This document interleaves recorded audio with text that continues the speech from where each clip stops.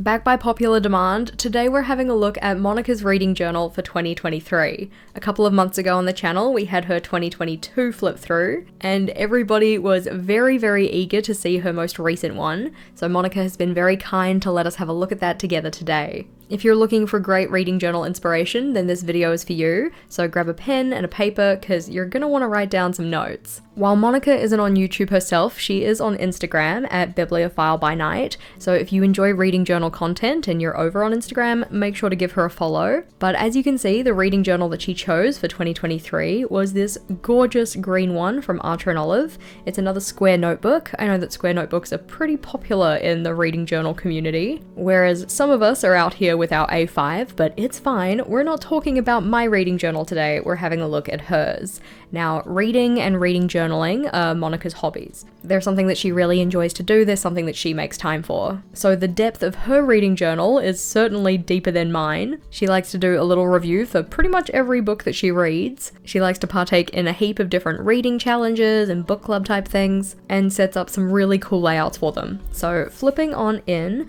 the first part here we have an inside cover pocket. This one's just done by taking a piece of paper and sticking it along the sides and the bottom, and this can be really handy for keeping flat pieces of ephemera or maybe a bookmark. If you have a grid guide, then you can put it in there. Very useful for anything flat that you want to keep in the front of your journal so that it's easily accessible. As we get into it, you'll see that Monica uses a lot of printouts of book covers, so if she prints any in advance, she could slip those in here too. We have her name on the nameplate page, and then flipping on in, this page would usually just be a single dot grid page and then the inside kind of cover cardstock. Notably, Monica wanted to make full use of a full spread when she first turned into the journal, so she's just stuck that first dot grid page to the inside card so that this one is a full spread of dot grid paper. On this one, she has her 2023 reading tracker, or effectively a kind of year in pixels where you have a column for each of the months of the year and then a row for 1 through 31.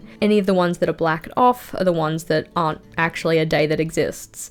For instance, like February 31st. Now, the nifty part about this type of tracker is that usually when we see it, we have one kind of color code that marks some kind of completion or status of one habit, but the amount of information that she's able to record on here is actually pretty cool because of the way that she's set it up.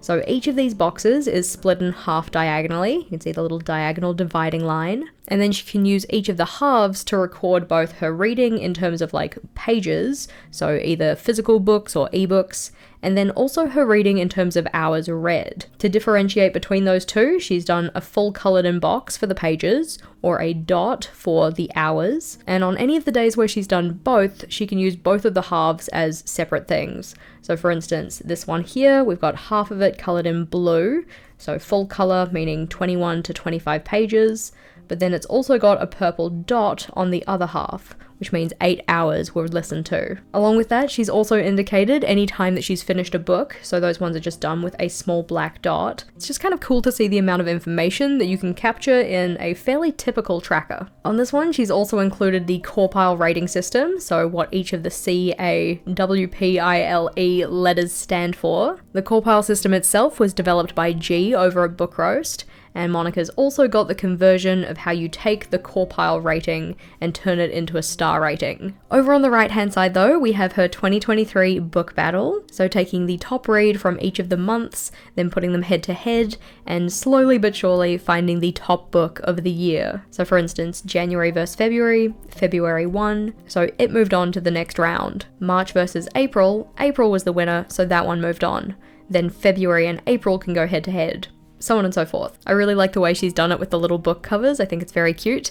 And like we mentioned before, if she had those printed off in advance, she could store it in that front pocket here. Flipping over though, and the next layout that she's included is a 2023 intentions, kind of like reading goals. I know that the term goals isn't one that everybody likes to use, so intentions. And then also books to read in 2023. Now for this one, each of the rows has 11 books, and each of them are given a different descriptor. So we have vets, like TBR veterans, newest, longest, shortest, and series. For any of the ones that she has read, she's gone and put a little star rating sticker over the top. Those stickers were ones that Monica made herself and just like printed and cut out using her silhouette. But then for any of the ones that she didn't read, she's crossed those off. And by didn't read, I mean the ones that she's unhauled in particular. So she's decided, you know what, not gonna read this, gonna get rid of it from my collection. That does lead me to believe that possibly all of these books are ones that she actually owns a copy of, but I think it's a kind of cool layout to use if you wanted to intentionally read your TBR or like a TBR backlog. Along with her intentions, underneath this she also has a check-in for having read 3 out of 55 of them, come like halfway through the year,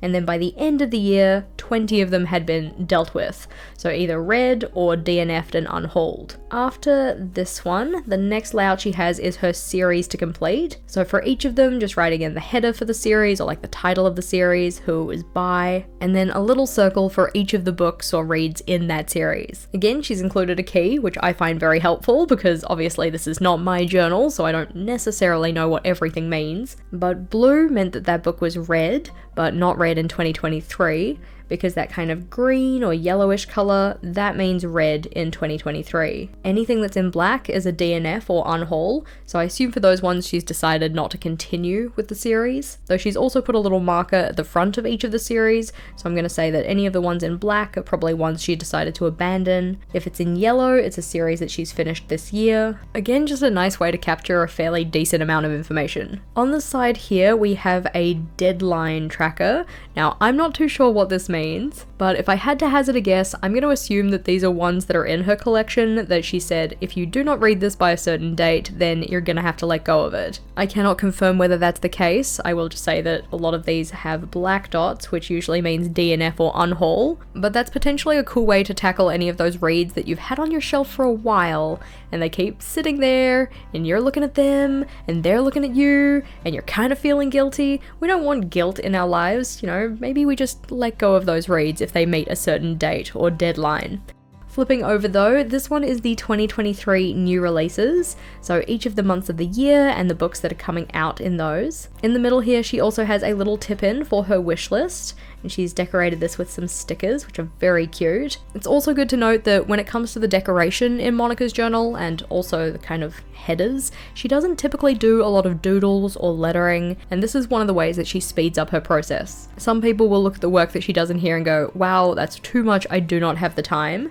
And that's completely fair, but as said, this is Monica's hobby. Like, this is something that she genuinely enjoys and she makes time for. And one of the ways that she makes the time for it, or rather makes the time for it less labor intensive, is by using stickers. For any of the sticker companies that I know, I've linked them in the description box, so if there are any that take your fancy, then you can check there. But flipping over, this one is her 2023 Readathons and book club reads, so summarizing all of those in one place. The last page may have given it away, but Monica is a fan of tip-ins, so you can see we have a little tip-in key here, which just shows which book clubs she was part of and which readathons she was doing. Excellent to see that the J&R book club was first, though that one is now the BBBC, or the Bujo Buddies book club, which she is now a leader of. For each of the reads though, she's just written in the title and then coloured it in once it's been read using that colour from the little key. And then flipping over, after this one we have her books read and her books bought. I always find her shelf layouts very impressive, mainly because if I was doing a books read shelf for just 1 year, it would be like one shelf. At least if I was using this style. We have another little tip-in down the bottom here to put in December's reads because she ran out of space. And then just decorating that again with some little stickers, very cute. On this one though, she's used colour to indicate the rating of her reads. So that red, pinkish kind of colour for a 5-star, then 4-star and purple, so on and so forth. I also really love that on the shelves she's indicated when she read the books. So this little collection was in January, then we have February, March, so on and so forth. And then she has a similar thing done for bought. Now for this one, rather than being a like rating kind of scale, it's just colouring it in when she's read the book. So anything on here is something she's purchased, anything in that kind of light tan colour is something that she's read. And I also really like that every time she does a read kind of list, she also compares it to a bought list. I think that also kind of ties in with the intention that she set herself all the way back here, which was the idea of for one book purchase, 3 books read. A lot of the time being intentional about the placement of your trackers can be really helpful with regards to like how you actually want to use them. So if tracking your reads versus the things that you've bought against each other is something that you want to do, then putting those trackers together or on the same spread makes a lot of sense. Flipping over from this one though, the next layout we have are her book clubs and readathons, or effectively little shelves for each of those individually. So the first one we have is the J&R book club, and we're just going to ignore the fact that the first book of the year is one that she DNF'd. Oh my lord. I'm pretty sure that was her first read of 2023 as well. Great start. No shade really, I just thought it was kind of funny. For each of the reads though, she's printed out a little book cover and stuck that on the shelf, and then she also has a little label over the top to indicate what kind of rating she gave it or whether she read it. I think it's kind of cool to see each of the individual book clubs by themselves though, that's kind of nifty. But then on this page we have the 6 friends, 12 books, so 2 reads from each of 6 people. We can see that she did read both of Rachel's books, and again any of the ones she's read, she's just put a little sticker on to indicate the rating, and any of the ones she's unhauled, she's just put a white cross through. One of the things I really like about the way that Monica does her start of journal setup is that she really just gives things the amount of space they need and then moves on to the next kind of collection. So rather than making this page just about her 6 friends, 12 books, she's also tucked in her reread wishlist on here too. So specified what series they are or what books they are, and then just coloured them in as she's read them. On this one, she has the Year in Aeldia Magical Readathon Challenge. Yes, I am just reading it from the title and I am glad it is here. This one is a reading challenge that's again hosted by G of Book Roast. Any of the reading challenges that Monica's partaken in that I can find links to, those ones are in the description box as well, just in case you want to get involved with them if they have like a 2024 iteration. We have the bookshelf with the different reads, very cute. And then on to the next one, we have her MDSC buddy reads. I'm not too sure what MDSC stands for, but I like the idea of a buddy reads list. I very much want to make a buddy reads list in my reading journal, but this layout here is certainly one of my favorites, and as you can see, this is Bookopoly, which was originally created by Becker and the Books. I think that for this one, it was actually a reading challenge that Monica and her friend were doing together. I'm sure that she'll correct me if I'm wrong, that is just a big assumption on my part.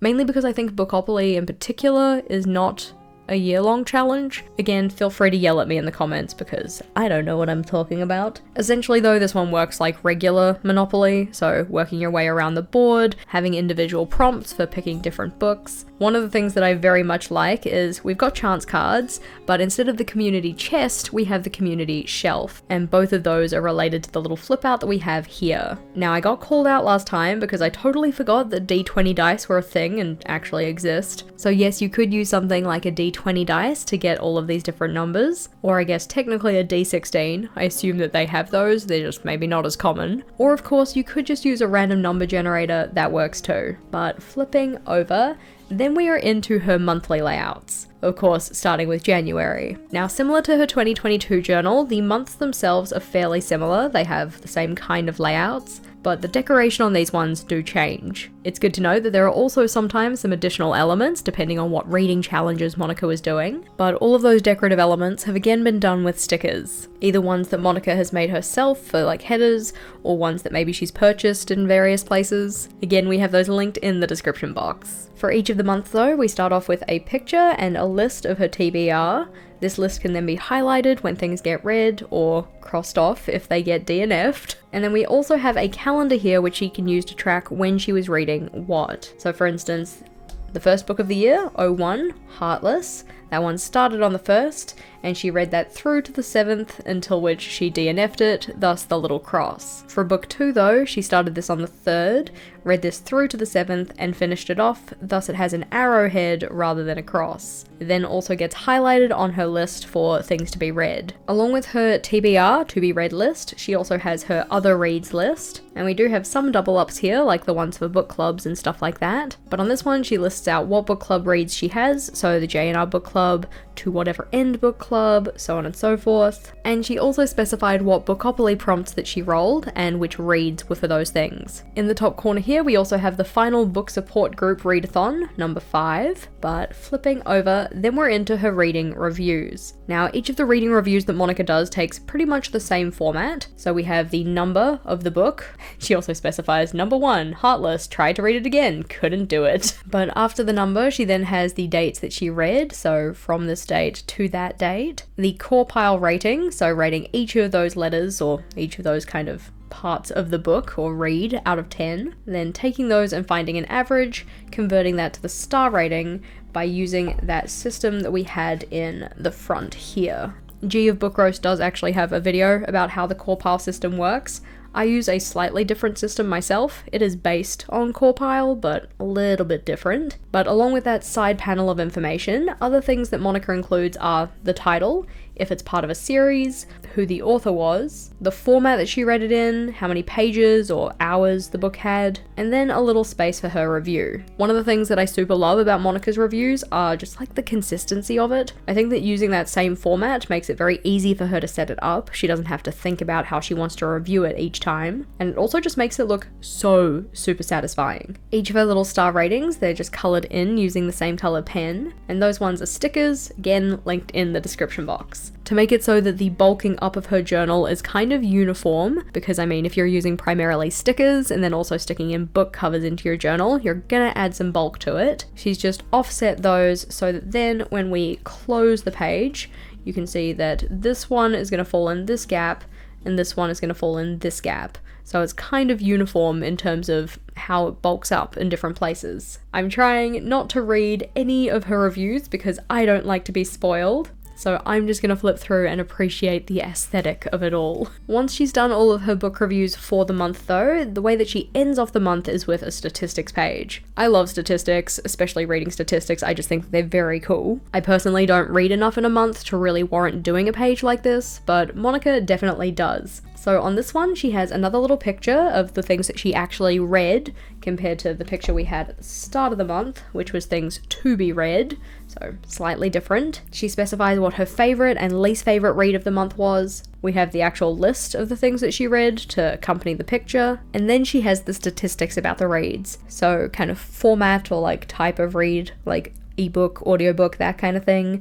Format in terms of like the book itself, so was it a graphic novel, a novella, so on and so forth. Who was the target audience for the book and what ratings did she give out? Along with the little pie graphs that she has for each of them, which are super gorgeous, and I love the way that she color codes the different segments just using her highlighter. She also gives the actual numbers for each of those along the side and then some core statistics down the bottom. As said, anytime that she does a read page, she also does a bought page to go with it, and I love this list of unhauls. Yes, clear out the stash, make room for more goodness, all of that kind of thing. Again though, we have a picture of the ones that she purchased, a list of what they were, where she purchased them from, any that she got from the library, first bought, last bought, and cost. Over the page though, and then we are into February with a very cute kind of like, I don't know, archaeology type vibe to it. You can see that this one has a very similar style to what we had in January. So we've got the picture, the list, calendar, reads for book clubs and such,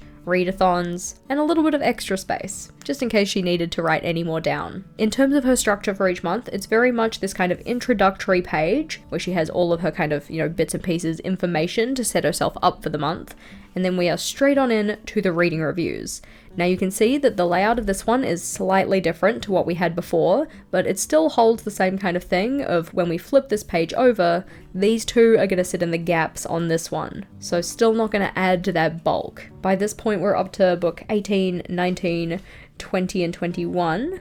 And I think it's kind of cute the way that she's kind of mirrored this. So the numbers at the top, the numbers at the bottom, dates read, so on and so forth. Flipping over, we can see that again, it's a similar type style. So same information, just slightly different placement. And when we flip this page over, these two will fit into this gap. So uniform bulking, which I appreciate. It's good to consider that kind of thing in advance, especially if you're going to do a lot of kind of sticking of things into your journal, because otherwise you get something like my journal, which is very bulky at the top because a lot of the things I stick in are headers, whereas at the bottom it is less bulky. So you have this kind of like weird slant going on. I'm not mad, still think it's cute, but it's something to pay attention to. After this one, we then have that reading statistics page, so the red versus the bought. And I like the way that she selects her pen colors to match nicely with the sticker decoration. I'm a big fan of a cohesive color palette, so I appreciate that. In this one, along with the favorite and the least favorite, we also have an honorable mention. And I guess possibly to make it so that it's balanced across the 2 pages, in this one we also have the anticipated. And I think possibly that might be something that she carries forward, but spoilers. Flipping over and into March, for March we have a green theme. I find that in every single journal, pretty much ever, March is green. When I say journal, I really do mean like pre-printed planner, but it seems to be a thing. We've got the TBR, we have the calendar, the other reads, the final book support group, and the Readathons. And then after this, as expected, back into those reviews. So it seems like in February she was playing around with a couple different styles to see which kind of structure she liked best. So was it the top versus bottom? Was it the side versus side? And it seems that in March she decided that the side versus side was the one she was going with. By this point she's up to book 32 for the year, and considering I only read 25 books in the entire year of 2023, I am very impressed. I also love the comparison of Monica's writing when she does her reviews versus the writing in kind of like other parts of her journal. So for instance, the little kind of headers or like, I don't know, descriptors for each of the sections. Notably, the reviews themselves are done in a much thicker pen, but I love that she's consistent in using it throughout the entire journal. It's also kind of nice to see somebody write in blue, because I feel like oftentimes, at least, you know, as far as videos and Instagram pictures and whatever is concerned, most of the time people are writing in black, I feel. Not to say that's a bad thing, I prefer to write in black, but it's just a curious point. For this one, we have 8 reads for the month, and then her favorite, least favorite, and honorable mention again. And we then also have the anticipated in the bought section. It's also cool to see how her little statistics pie graphs change across each of the months as well. So if we consider in this one, it was about 63-ish% were for adult reads, versus this one where the adult reads only made up like 35%.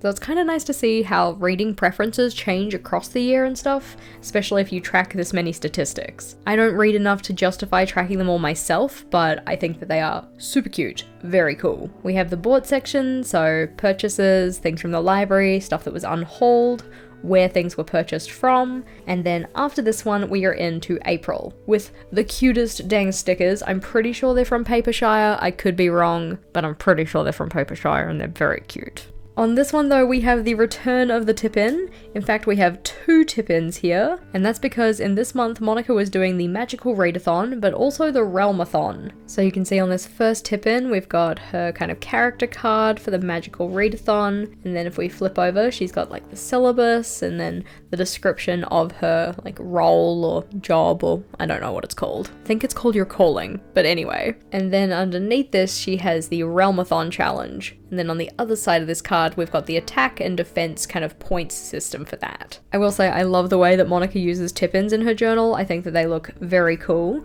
But in terms of the structure of the page, we've got her TBR, to be read list, and the picture for it. We have the calendar of when things were read, and then the different lists of book clubs, readathons, read-alongs, and the things that she was reading for the magical readathon. After this one, we are into the reviews, and we already know from the front of the journal how much she enjoyed this one, so flipping over.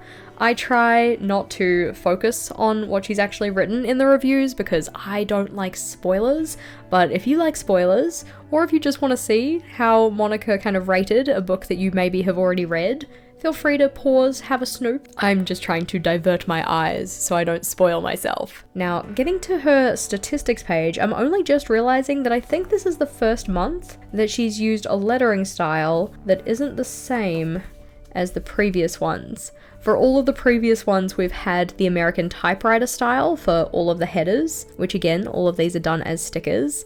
But for April, she's used a different style of lettering that I think lends itself quite nicely to the style of decoration she's used, so it makes sense to change it up. We have the favorite, the least favorite, the honorable mention, of course. We were kind of buddy reading this at the time, so yay, buddy reading. I personally prefer buddy reading over just kind of reading by myself, mainly because I like to have somebody to talk to in terms of the book and what I'm finding it's like and stuff like that. We also have the bought list, the unhauled list as part of that. Such cute stickers. Oh my gosh. For May, we're changing up the vibe again and we're going back to the typewriter style of lettering. So we've got kind of like a darker, kind of gloomy, but in a fun way kind of layout. I love the dragonflies. I think they're very cute. In terms of different challenges she was partaking in, so we have the final book support group, the Asian readathon, other readathons that she was doing, which is more like a year-long type thing, read-alongs and book clubs. And she didn't colour this one in, but I know that she read it, so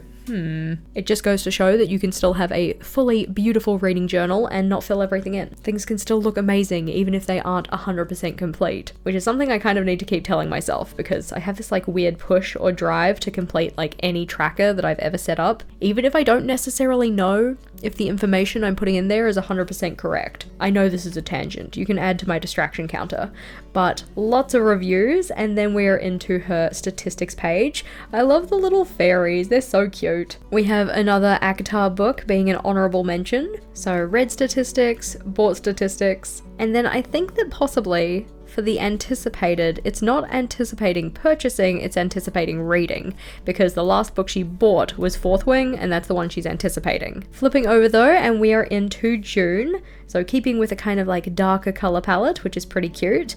And then this tip-in is pretty fun because it flips down. The cool part about little tip-ins like this is that you can obviously hide more information underneath them. So looking at the structure of the page first, we have the TBR, which she read pretty much all of, which is pretty good. The calendar, and then the reads in terms of like buddy reads, readathons, the clear shit readathon, and book clubs. And then in terms of the little card here, this one's The Future Awaits, which I think is part of the clear your shit kind of reading challenge, just given the fact that it says it on the card itself. Having a closer look at that one, you can see that she's printed out the little prompts on here, which I just love the way that she does these. I wish my printer didn't suck so much so that I could stick in little things like this and feel okay about it. I feel like the quality of the black on her printer is much better than mine. If you have any printer recommendations, let me know, but flipping over and we still have that same style of the covers on one side and the reviews or descriptions on the other. So we got 4 here, another 4.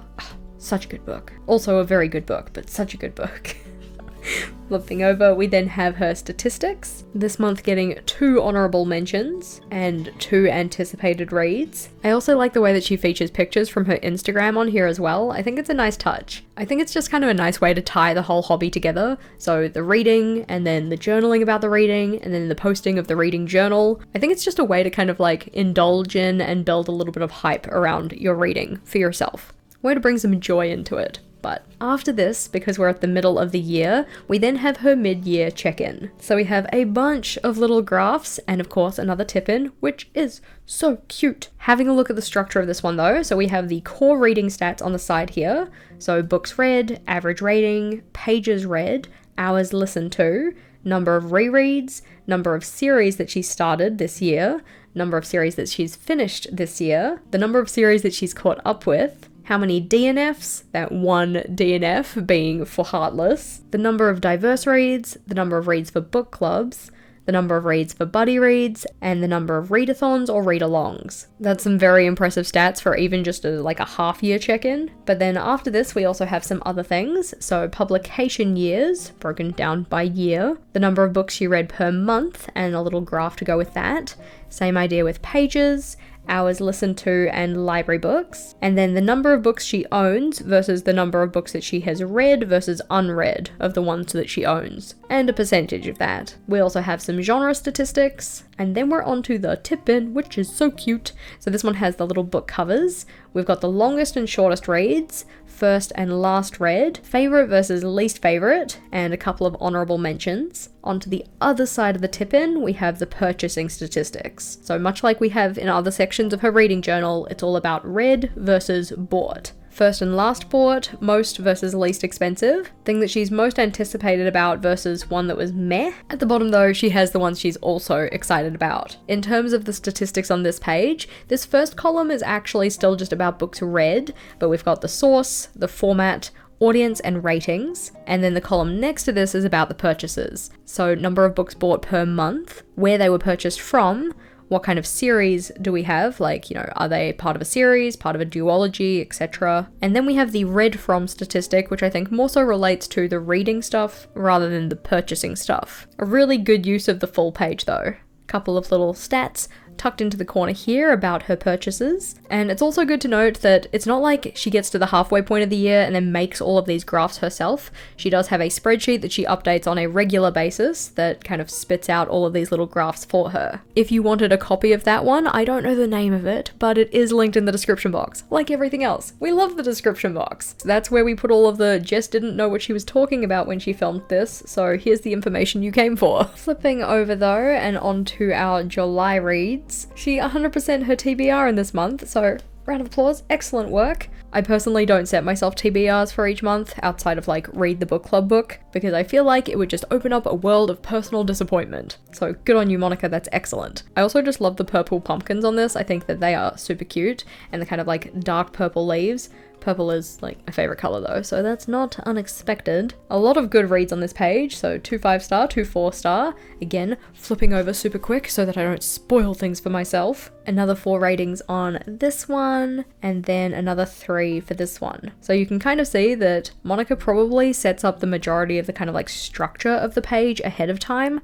considering we have this one set up, we don't have anything stuck in for it. And that's also another way that you can speed up your journaling process in general, is kind of just like batch putting in layouts. Obviously you don't want to go so far in advance that like you don't give yourself the opportunity to change things up, but it can be useful. Having a look at the read versus bought statistics for this month, I really love that this one is one of the most anticipated because that's actually our book club read for this month. It's worth mentioning that if you want to get involved with our book club, it is free for anybody to join and it is a very chill book club. We have an introductory video which talks about how to get involved.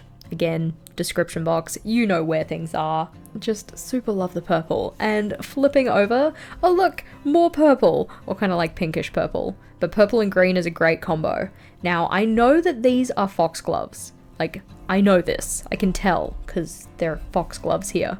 But when I see the individual foxgloves by themselves, that's not the first thing that comes to mind. Let me know if I'm the only one who doesn't necessarily see this as a foxglove. But we have some more fun tip-ins here. So a tip-in in particular for including more on her things to read list.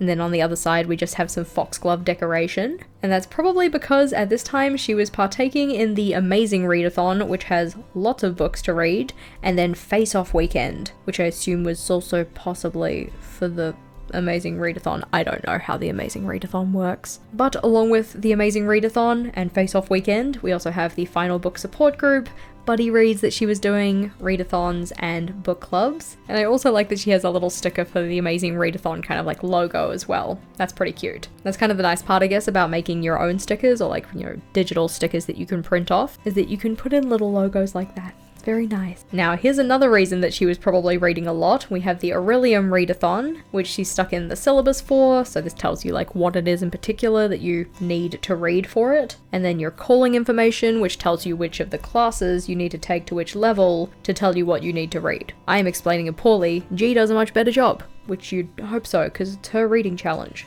But then we're into our reviews. So this one's starting on the right hand side rather than a full spread, just so that she had space for the readathon kind of information. Flipping over, lots of reading reviews. So that's 6, 7, 8, 9, 10, 11, 12, 13, 14, 15, 16, 17, 18 books in 1 month. Oh my gosh. That's like the majority of books that I read in 1 year. In fact, it's more books than I read in 1 year typically. You can also see that a good chunk of those books were done as audiobooks. I'm a big believer that audiobooks count as reading. I just love stories, you know? And if getting the stories into your mind hole is done via an audio format, then heck yeah, why not? There are certain things that I find are easier to read as audiobooks. Like for instance, I find that certain non-fiction books, I'm not super good with doing those as audiobooks because I usually want to like highlight things read-alongs or take down notes. And typically if I'm doing an audiobook, it's because I'm in bed. I don't really want to take notes in bed. But anyway, so read statistics, bought statistics,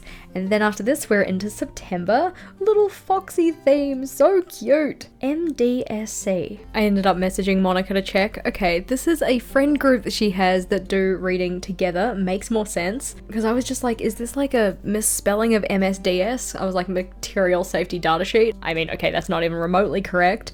So Monica and her 3 friends makes more sense. And for September, they were doing a Bookopoly-thon. Now, I'm not part of this. There's no J in here, but I think this was because typically in September, there is a Bookopoly-thon. And I think, again, somebody will call me out if I'm wrong, that this one's the one that's run by Becca in the books, maybe? I think she usually does a Bookopoly-thon? Question mark? But if we flip on back, you can see we have the prompts for that and then the books that Monica was going to read for them, or did read for them. But along with this, we have buddy reads, readathons, book clubs, her calendar and her TBR.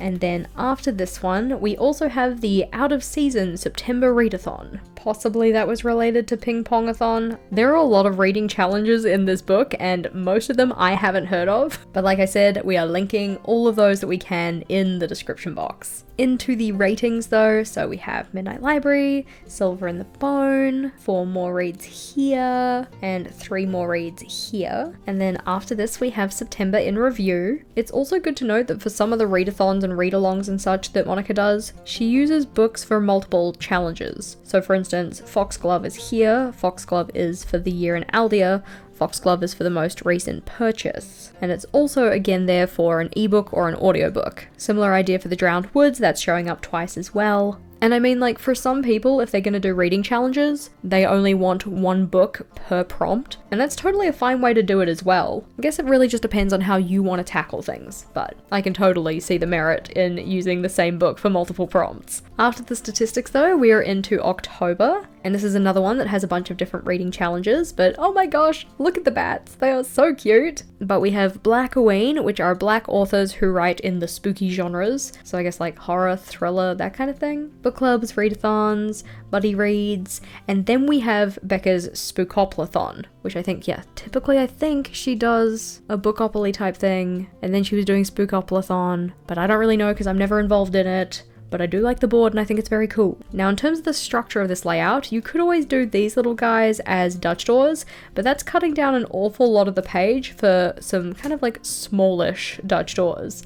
So instead what Monica's done is tipped them in. So on this one we have the Spookopoly-thon kind of prompts for the chance spaces, and then we have the prompts for the community shelf spaces. On the other side of this one, we have what she actually read for the chance and community shelf, and then a couple of extra spaces if she wanted to record those. And then over here is the Blackoween challenge. So a little bit of information about how the challenge is being run, like how to use this map in particular, and then a space for Monica to record her reads. After this, straight on into the reviews.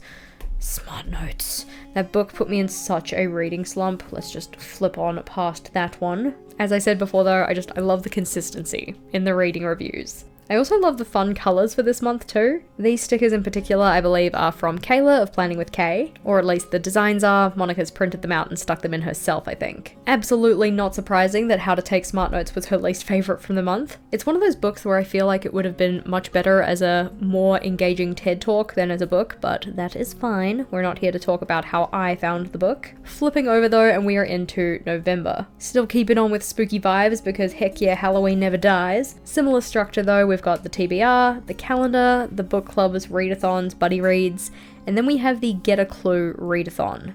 Now this one does have a little flip out, and on this one it's effectively a way to keep track of the happenings in terms of like who's the suspect and all of that kind of thing from the Get a Clue readathon. And then down the bottom we have the final book support group. We also have the Clear Your Shit readathon and the Get a Clue readathon, just done slightly differently. So this one is effectively very much related to the Get a Clue readathon here. I love that it's set up like a little kind of like Clue or Cluedo if you're from where I'm from, like game board. So the different different spaces with the different labels for them and different reads related to all of them. It's pretty cool. In terms of the Clear Your Shit readathon though, if we flip that one out, we have the little description sheets and such. Those ones all just being print-offs that Monica's stuck in. And I think it's really nice that she has them all here for reference, so that then when she comes back to her reading journal and years later, she knows what all of these things actually were. Flipping over though and into the reviews, so review page 1, review page 2, review page 3, and 4. After this we have the statistics. I love this little coffer design, it's very pretty. And then a huge list of things unhauled. Oh, look at you making space. That is an impressive list. Then we're into December though, and it's still spooky but Christmas. For this one though, the main different reading challenge we have is the Bookemon Readathon, where you've got a variety of different tools it seems, and each of those tools is related to a different kind of reading prompt. So binoculars, read the last book in a series. The bag, read an entire book in public you'd be embarrassed to be seen.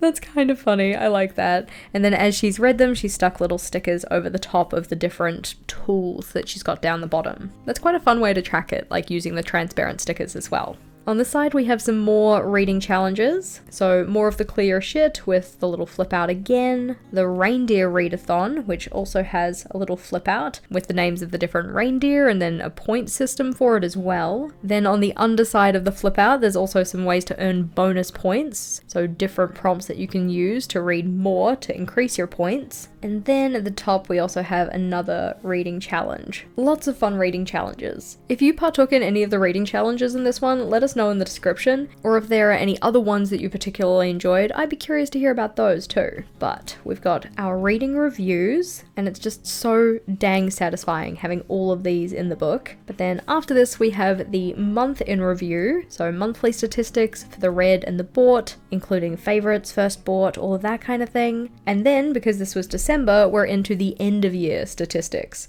Lots of graphs, yay! Makes my little statistic heart happy. And effectively a similar list of what she was tracking in the middle of the year, but just done across some more pages because, you want to use up the end of your journal. Make it so that the journal feels very full. I like the way that she disperses the little kind of, writing pieces in amongst the decoration with the little graphs as well. I think it's laid out quite smartly, and I also just find a full page really satisfying, so seeing everything kind of packed in here together and with that perfect fit just makes my soul happy. On this one we have the unhauled totals, and you can see November, yes, 48 books unhauled in November. We also have her books bought, the format bought, where she was buying them from, and then we have, getting a little tip in out of the way, 5-star reads. So all of the reads across the year that were 5 stars, she's printed out the little covers and put them on here. It'd be really nice to be able to see this at the end of the year, like a summary of all of them together. I think that's really satisfying. And then on the little tip-in, we have the longest and shortest read for the year, first read versus last read, the favourite versus least favourite, with some honourable mentions. And then on the other side, we have the first hold, last hold, most versus least expensive, and then some reads that she was anticipating. Flipping over, then we are into deciding on who the top read of the year is. So notably at the start of the book, she had the book bracket, but then she's also used the prioritization matrix to make sure that that breaks down the same way too. I love the prioritization matrix. I'm really glad that she gave it a go, but effectively she's taken the top 12 books, one for each month across the year, and she's stuck their little covers in and given them all a number. So for instance, number 2 is Fourth Wing, number 11 is Foxglove, so on and so forth. Then each of these books battle head to head. So for instance, book 1 versus book 2, who comes out on top? Book 2 did. Whereas book 2 versus book 7, if we go down and across, book 2 has come out on top again. You effectively just do that matchup for each of the different books, and then once they've all gone head to head, you count up how many instances of them winning were in the matrix. So for instance, for book number 4, which was Throne of the Fallen, we just need to go up this column, count up how many 4s we have, and also across from 4 as well. So there's 1, 2, 3, 4, 5, 6, 7, 8, 9. So 9 instances of 4 having won in the head-to-head. Once you've done all the count-ups or all of the totals, whichever of the books has the highest total is the best one for the year, whichever one has the second most is the second best, so on and so forth. And you can see that she's put those over here as definitive rankings of the first best to the 12th best. The nice part about this kind of style, compared to something like the book bracket, if we turn all the way back, is that the book bracket effectively only tells you who number one was. For instance, if we consider these two books together, it may be that this book here, whatever it is, was actually a really good read for the year, but this one was just better. What if this actually ended up being your first and second place read that you're putting head to head in the very first round? That means that the second place book doesn't get its moment to shine, which is why I personally prefer The Matrix. With The Matrix, you get a much better breakdown of what your actual kind of more definitive ranking of the books are. After drawing up The Matrix and then putting in her official rankings though, she has put a little kind of summary or blurb about her thoughts for the year. And I actually love what she's written here about it took you way longer than it should have to figure out that Iron Flame was your favorite book of the year. Mostly because you were worried about what others would think. Girl, who freaking cares? Take that energy into 2024. Cause yeah, if you like a book and you want to enjoy a book, don't think about what other people are going to think about you because you enjoyed the book. Like, people are allowed to enjoy things. So heck yeah, Monica, you enjoy that book. A huge thank you to Monica for letting us have a look at her reading journal, and hopefully you got some ideas for your reading journal too. If you wanted to keep up with Monica's 2024 reading journal escapades, then make sure that you follow her over on Instagram. Remember that she is Bibliophilebynight over there. But if you wanted to see more reading journal videos now, then the playlist we have on screen is where it's at. Click or tap on that one and I'll see you over there.